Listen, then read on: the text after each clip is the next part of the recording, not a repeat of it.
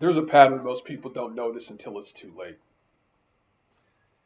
They don't act until they have no choice. There's a cycle where people delay things even when they know they matter. They think about it, they revisit it, and they tell themselves they'll get to it, but they never do. And then something changes. The deadline gets close, the pressure builds up, the consequences become real, and then suddenly they act. Not because they figured something out, and not because they all of a sudden became more disciplined, but because now they have to. That's air hunger. The moment where delay is no longer comfortable and where action becomes unavoidable.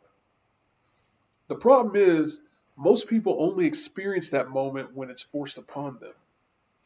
When time runs out, when pressure shows up, or when consequences become real.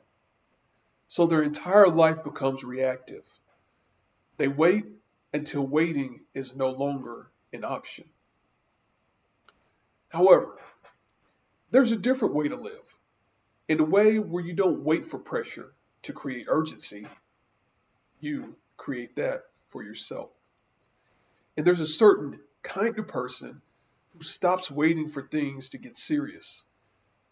They don't wait for deadlines, and they don't wait for consequences. They create conditions where delay doesn't feel comfortable in the first place. Most people don't act late because they're lazy. They act late because that's the first moment they feel air hunger. And if you only act when you're forced to, you'll always be behind.